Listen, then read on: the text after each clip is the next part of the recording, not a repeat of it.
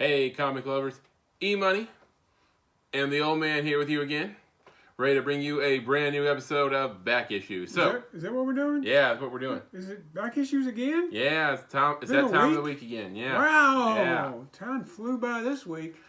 All right, so what are we talking about this week? Well, I don't know.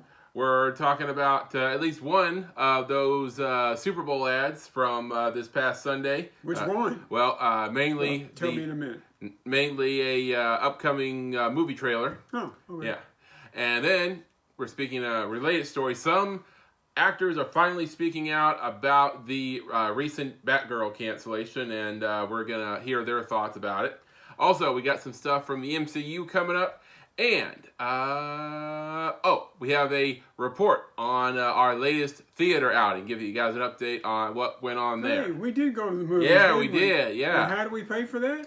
Well, we're going to get to that here in just a second. All right, then we have our movie reviews and previews, and then we're going to talk about what the Old Man and I are going to be up to in the next few days. All right? We got all kinds of stuff, don't we? Yeah. Yeah. Sweet. Yeah. I'm Batman. No, you're not. But this is Back Issues. Yep, that part is true.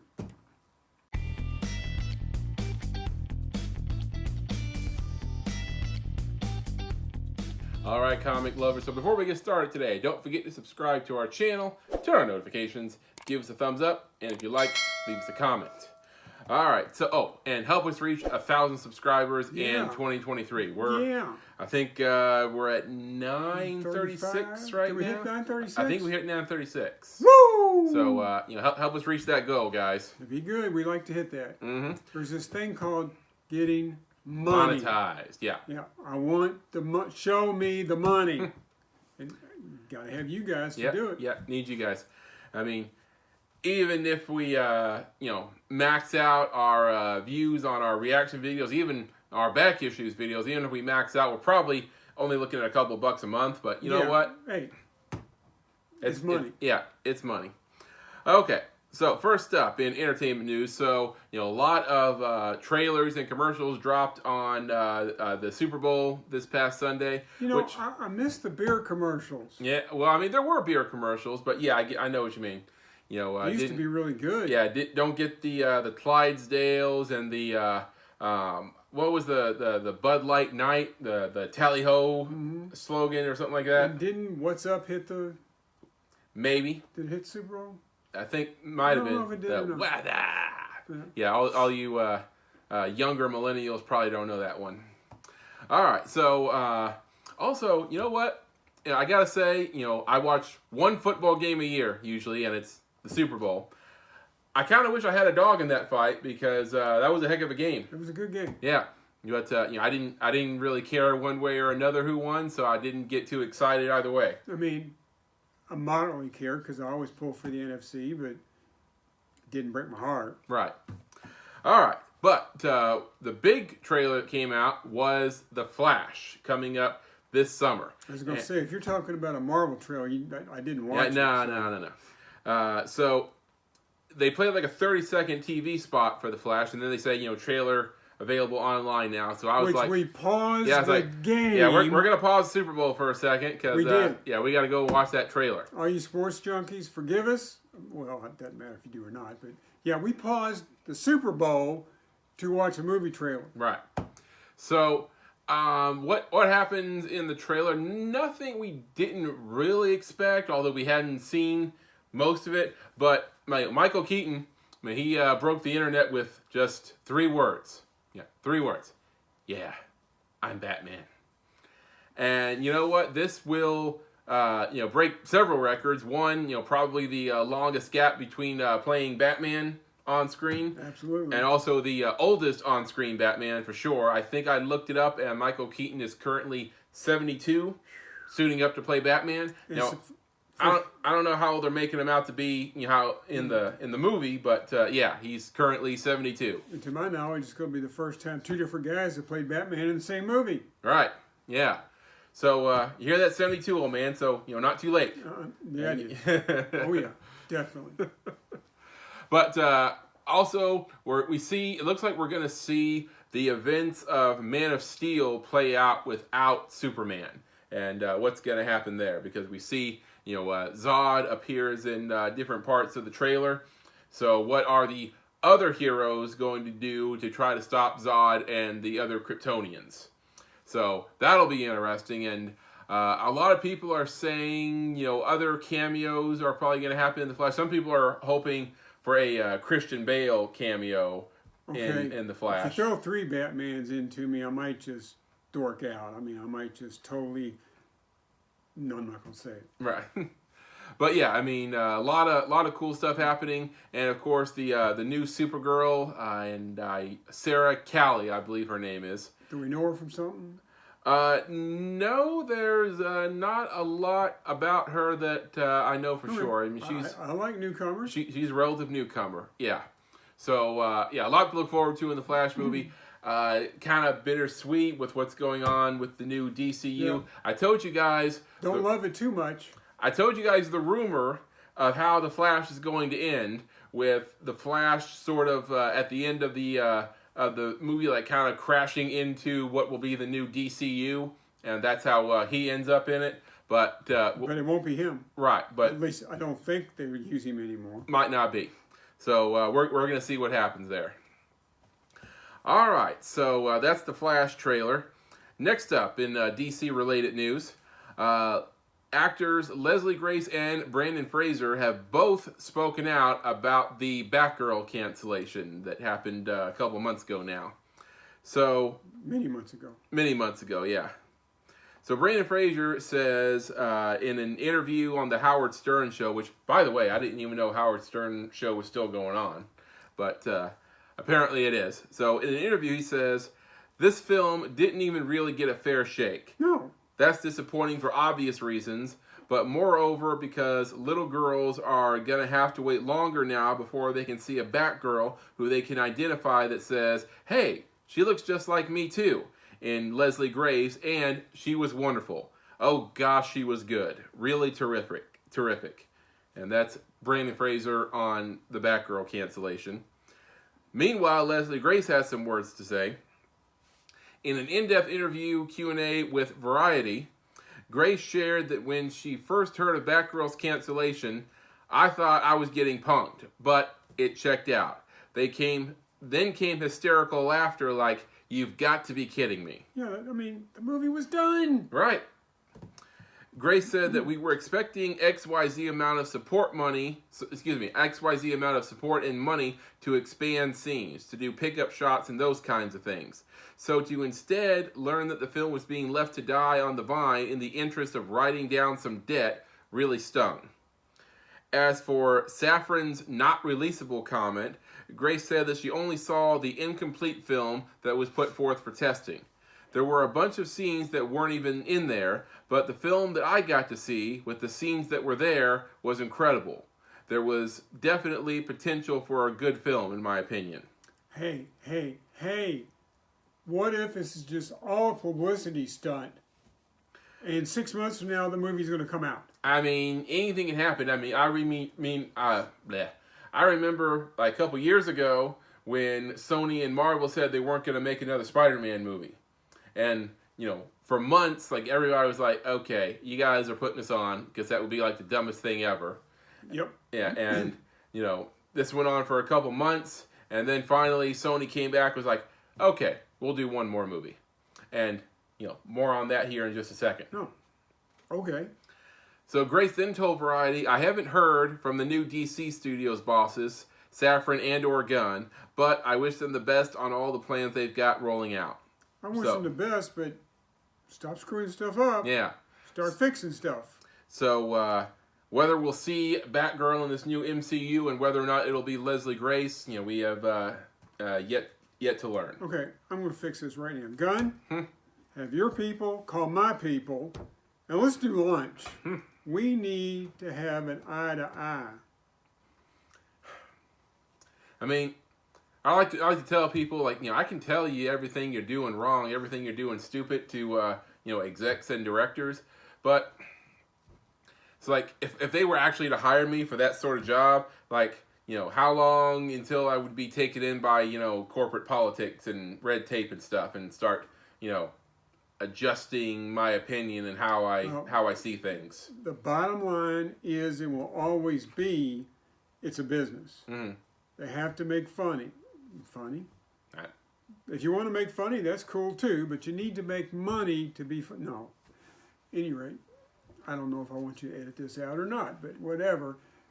You need to make money. Mm-hmm. And if you can't make money, you're not going to be around long enough to make any more stuff. And as fans, we need you to make more stuff. Just some stuff you're doing seems stupid. Maybe it's not. We're not on the inside. And, I do have, the occasional products that I think is pretty great or it's pretty funny that, a lot of people didn't do well, in the box office or whatever. So, who was the original showrunner on the TV show Heroes? Wasn't that Jeff Loeb? Yeah. Okay.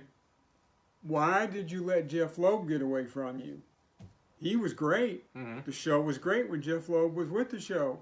You let him get away, show tanked. Yep. Learn from people's mistakes. I mean, if you're going to make a good product, I feel like the writers have to be fans of the product.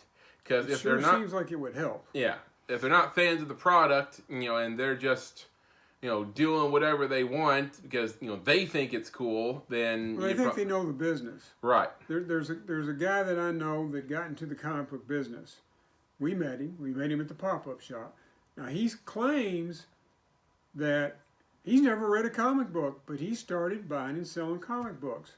Well, he doesn't do that anymore. Yeah. Why do you think he doesn't do it anymore? Because he wasn't a fan? Because he made some really stupid mistakes because he didn't know anything about comic books. Come on. All right.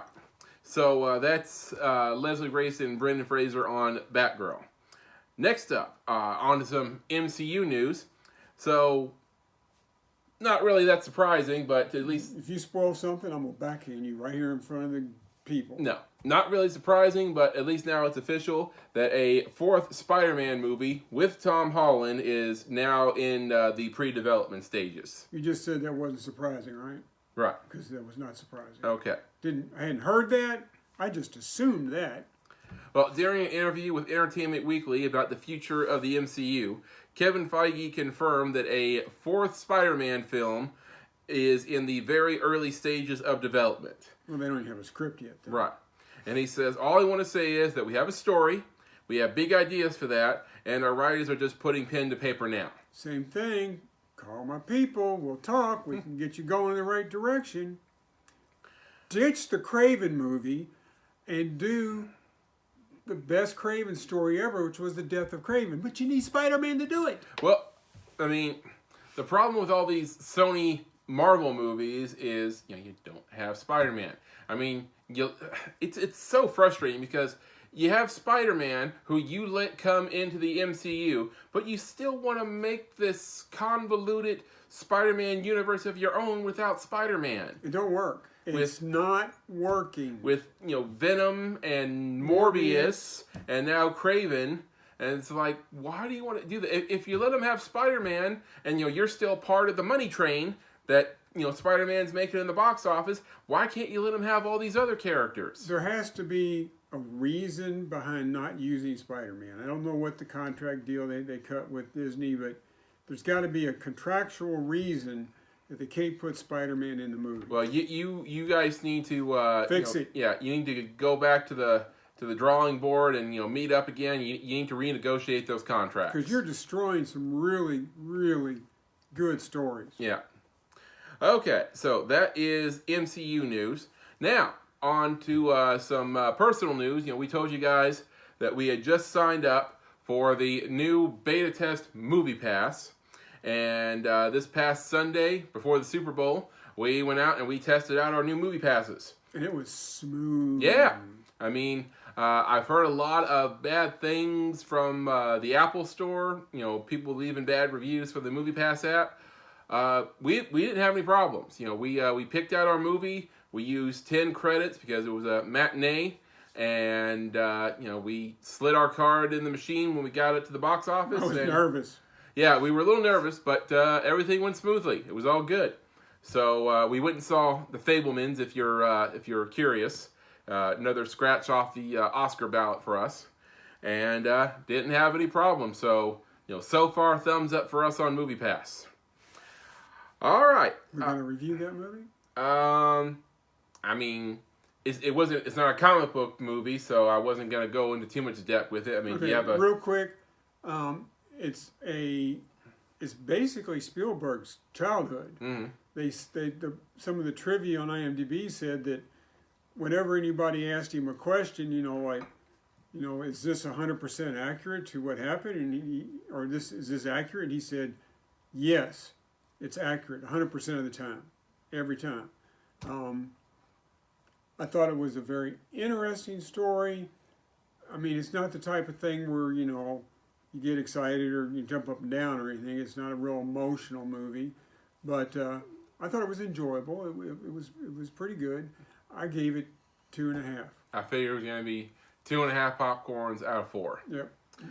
All right, so there's our first MoviePass outing, and you get a quick bonus review for that. Speaking of movie reviews, next week, you wanna come back to back issues next week, because we're gonna have our first movie review of the year in the form of Ant-Man and the Wasp: Quantumania. You sure? Pretty sure. We haven't seen it yet. Well, we're gonna see it this Sunday. Are we? Yeah, at least that's my plan. Nobody tells me anything. I mean, pretty sure that's how it goes. I'm all right with that. All right, so Ant-Man and the Wasp: Quantumania this weekend, and we're gonna see it probably on Sunday, and we'll have a review for you. In case you guys didn't know, the old man is like, whenever a trailer for Quantumania comes on, the old man, fingers in the ears. No. He don't know a dang on thing about Nothing. No, Quantumania. Ant-Man's in it. There was a couple of spoilers that came out, so I think I know the villain, but can't guarantee it. I think I know. So we'll have a review for you guys next week. All right, so that is going to do it for entertainment news. Now, on to what's going on with our comic book reviews. All right, so first up on our mentions this week, we have 2 mentions from Marvel. All right. Yep, they're both Marvel. So, first is Marvel's The Red Goblin. So there's the Gold Goblin, there's a Red Goblin, used to be a Green Goblin, there was a Hobgoblin. I'm going to hire a boat, and I want Marvel to put all the goblins, all the symbiotes, and all the clones on this boat and send them somewhere else, because I'm not a big fan. However, I did love this cover. That's the best part of this book, the cover. But anyway, I'll let EMoney talk about Red Goblin. Number 1. Okay, so it starts out where we're following Norman Osborn's grandson, Harry's son, and I think his name is Normie. And he's not, what is he, a tweener? Maybe, might be like 11 or 12, or is that a tweener? That fall into the tweener category. That's a tweener, I think. Okay, so he has found himself a symbiote somehow. I don't keep up with all the symbiote stories, so I'm not exactly sure how, but he has. He just has. So, but the symbiote that he's bonded to is sort of a toddler himself. He's a child at heart, and so symbiotes grow up and mature. They can be kids. Apparently so. And he's growing up himself, and so you have 2 kids who merge together and have the power of a symbiote. What could possibly go wrong, right? Everything. Every damn thing can go wrong. So he engages in a fight with this kind of a cult gang of people who worship the goblins, who originally worshipped Green Goblin. I'm not really sure who they're worshiping now, but they're gang cultists, and they have flaming pumpkin bomb things and all this other stuff. So they have this fight, and it kind of depletes Normie and his symbiote. And you guys probably know this if you watch the Venom movies, is that symbiotes love chocolate. I guess I knew that, but symbiotes love chocolate and chickens in lieu of human. well, I'd rather flesh. they ate chicken than me. Right. So he breaks into a bodega, and he scarfs down a bunch of chocolate to save himself and heal from the fight he just had, and he passes out in the bodega, and the police pick him up, take him to the police station, and he's just Normie, or appears to be Normie at this point, because police find a little kid in a bodega, they'd probably take him to a police station. If they find a symbiote in a bodega passed out, they'd probably call the Avengers or something. Reed Richards. Right. So anyways, they find him passed out, take him to the police station, and his grandfather Norman picks him up, and he gets in the car, and I love this line when he gets in the car, and Normie asks his grandfather, "So how much did you pay that bodega owner, Pop?" And Norman replies, "He now owns 2 bodegas." That would do it. Mm-hmm. And you know what? If some billionaire's grandson wants to break into something I own, he can go right ahead. Ooh, not the house. No. All right. So it turns out, I told you guys about the cult. Well, the cult have it in for Norman because I guess they feel like he's a traitor now, that he's tried to go legit and be a superhero himself. It won't last. Well, I have more hope for Harley Quinn than I do Norman. I don't have any hope for Harley Quinn. So Okay. what's that tell you? Well, that's a whole different story. So Normie wants to help, but because of this big gala event that his grandfather was hosting, he told his symbiote to stay at home. Well, you know how that goes when you leave your suit or your genie or your symbiote at home. It's always when you need it most, right? So we'll see how things play out for Normie and his grandfather. If I had a symbiote, that sucker's going to be glued to my hip. Mm-hmm. Ain't going nowhere. All right, so Red Goblin at number 1 ends up with... Oh, after we rounded it up, it got 3.5 shields. 3.5 shields out of 5. All right, next up, also from Marvel, as you said, Secret Invasion number 4. All right. So in the previous issue, Maria Hill confronts Tony, who she finds out Tony has been collaborating with some Skrull sympathizers. Skrulls who want to help the human race to thwart the Skrull Empire's invasion of Earth. Apparently they don't agree with all of the Skrull Empire's policies and politics about conquering, and they want to help the human race. Well, Maria Hill doesn't believe them, and apparently she has shot and killed all of the sympathizers and put Tony Stark in jail. See, I'm not buying that this is really Maria. Because unless they decide to develop this character and take her in a different direction than I would have expected, that ain't her. Well, my thought was that she didn't actually kill the Skrulls and that she's playing some kind of long game with this Skrull soldier she has in the prison cell here. And this whole fight with Tony that plays out right in front of the Skrull prisoner is all just a ruse. That was my idea. Something's up. Yeah. So, definitely keeping us guessing. The old man and I have varying opinions about what's going on here. So, we'll see how it plays out in the next issue. But definitely exciting. Secret Invasion number 4 ends up with... 3.5. 3.5 out of 5. All right, so that's our mentions for this week. Now, on to our top 3. All right, now keep in mind this was a big week because it's one week is big, next week is small. This was the big week. So there was a lot of Bat books, and a couple of them made it to the top 3. All right, number 3 is The Joker, The Man Who Stopped Laughing, number 5. Now, anytime Lee Bermejo, I think that's his name, does a cover, I'm paying the extra $1 to get the cardstock version because I think his covers are incredible. I wish he would do more interior work, or any interior work. Okay, so in The Man Who Stopped Laughing, there are apparently 2 Jokers running around. One of them is, he's a master criminal Joker type who is he's currently in L.A. and he's trying to take over the criminal underworld across the U.S. The other one is sort of slumming it in Gotham after apparently having been shot by this other Joker, and he's trying to find out who this guy is who's stolen his identity.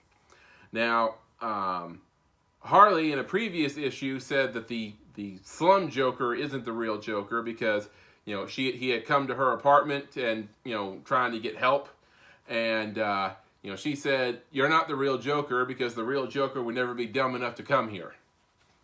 So now apparently the crime lord Joker has come back to Gotham to confront the slum Joker, and the two of them have a face-to-face confrontation. Meanwhile, Red Hood, Jason Todd, is trying to get to the bottom of this and find find both Jokers, but he's mainly looking for Slum Joker. And he's confronted by Stephanie Brown, Batgirl, and says that, Bruce says that the Slum Joker isn't the real Joker, and Jason's like, oh, right, because he's never been wrong before. So, all this stuff going on, the two Jokers confront each other, and, Jason Todd has to jump into the middle and complicate things, and then we find out that another monkey wrench has been thrown into the whole mix, and it sort of ends on a wah, wah sort of thing. So, have to see what happens in issue number 6 next month. The Joker, the Man Who Stopped Laughing, number 5, ends up at our number 3 spot with Four Shields rounded up. Next up, boy, we really liked that first issue. Well, this one was pretty good too. This is Joe Fixit, number 2. All right, so the first issue, really entertaining issue. The Kingpin, who comes to Vegas, gets humiliated by Joe Fixit in a one-on-one fight, as he was clearly overpowered. Yeah, that's not a match at all. Right, and Hulk, furthering the humiliation, actually, practically made him say "uncle." And Did he make him say it in different languages? Yep. And so the Kingpin, not one to take that line down, he hatches a plan to kill Mr. Fixit and his boss. Also, Spider-Man, who helped out during the fight by taking the Kingpin's goons' guns away, he's been invited by the casino owner, Fixit's boss, to hang out in the casino for a few days as a way of saying thank you. So that happens, and Kingpin finds some kind of gas. I'm not sure they go into a whole lot of detail about where he gets it from, but basically someone breathes in the gas and they become susceptible to... it's like the Purple Man's powers. Yeah, pretty much whatever he tells them to do. So in one scene, Kingpin speaks to Peter Parker outside the casino. Not Spider-Man, Peter Parker. And in this scene, I can't help but feel like Peter kind of overplays his hand here. Yeah. Because, what, average citizen wouldn't be afraid of the Kingpin? And Kingpin says to him, "Are you afraid of me?" And he's like, "No, we're out in public. What would you do?" And then Kingpin kind of goes, like he's got to hit him, and Peter just stands there. It's like, okay, what person wouldn't flinch at that? Come on. I'd run. Yeah. And then, he says, "I admire your bravery, boy," and then gives him $100 and says, "Enjoy yourself." Well, Peter, he takes a look at that $100 bill and, remembering where it came from, he crumples it up and drops it on the ground. I'm not sure I'd do that. Oh, no, I wouldn't. Yeah. $100, I'm keeping it. If some billionaire, gives me money and then, there's, something attached to it, you got to do something for me, or I own you now, or something like that. No, I wouldn't take it. But if he's just going to hand me money, I'll take it. I'm going to take it. Sorry, Peter. So, then Kingpin confronts Fixit later on in the story, and it pretty much goes exactly how it looks here on the cover. So, we'll have to see how that whole thing plays out. Yep. So, Joe Fixit, number 2, ends up at our number 2 spot with Four Shields rounded up. Four Shields rounded up. And number 1 on the parade this week. Imagine this.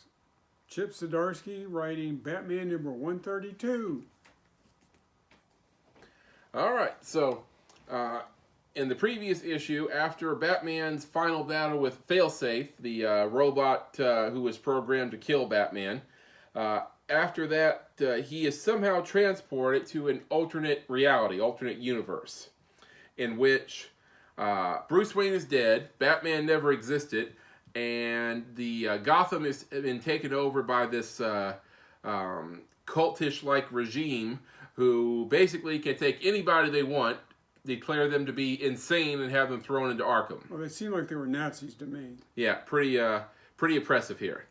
And a lot of Batman's rogues galleries in this reality have become pawns to this regime, and most of them are doped up on Venom from what Bane used in the regular universe. And Harvey Dent is their main guy. So Batman, comes up with a plan to at least learn more at this big gala event, where he finds out that the Selina and Punchline of this universe are both on the payroll, and it may be that this universe's version of the Joker is the man in charge, or at least a high-ranking official in this regime. But in this universe, we don't know the Joker's real name, do we? No. The Joker, whoever he is, I guess Arthur in the movie at least, he never fell into the vat of acid. He's just a regular looking guy, but Batman, Bruce, he knows that face anywhere. So the more he learns, the more he comes up with a plan. Now, if I were Bruce, I'd be working on a plan to get back to my own universe, but of course, He's got to try and save this one. Yeah, Bruce just isn't wired that way.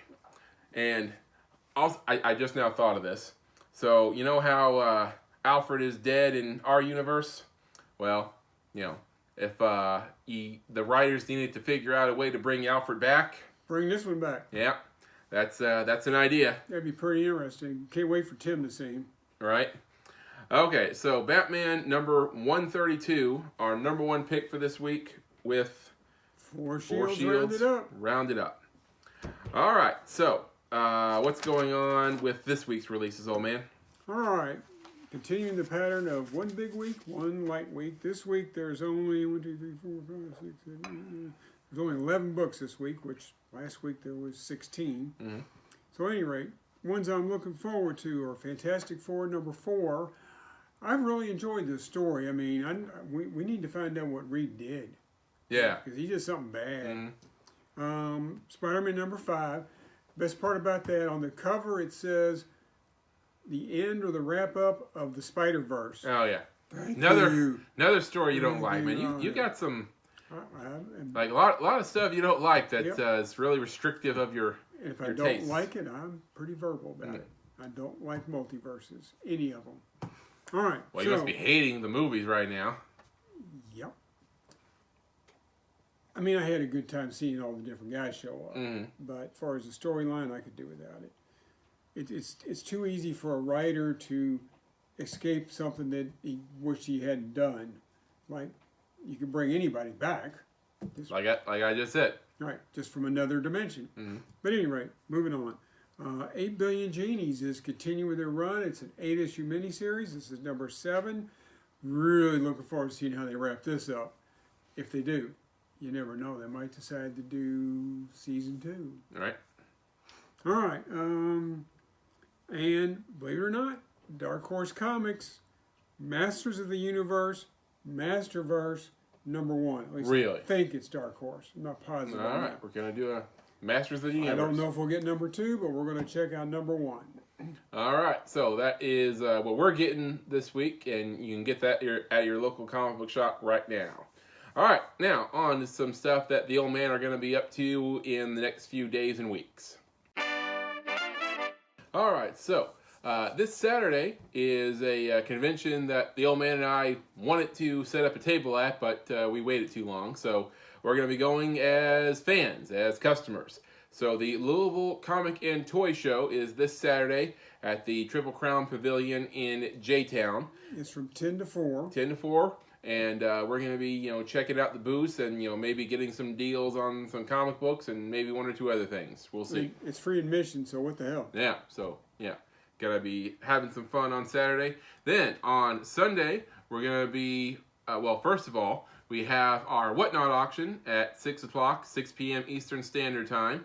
And we're going to have all kinds of cool action figures. All kinds of action figures. Fun stuff. I am bringing back a few items that people might have been interested in or requested that they didn't get a chance to bid on. So we're gonna bring a few things back, but we're gonna have a lot of cool stuff: Marvel, DC, maybe some Spawn items. All right, so there's that, and then later next week we're gonna have our Last of Us reaction video. Last of Us, this will be episode 6 out of 9. Out of 9.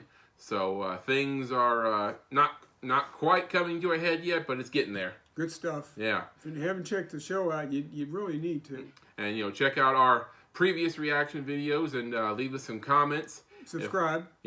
If you like, if you want to leave us a comment, if I like what I see, I might share it on next week's show. And sometimes he shares if he doesn't like them. Yeah. Depends on what it is. If it's interesting. All right, so that is what EMoney and the Old Man are up to in the coming days and the next week. All right, guys. So, like we said, be sure to subscribe, and we will see you guys on the next one. Excelsior. True believers, this is where I always say something really enlightening, but I got nothing, so Old Man out.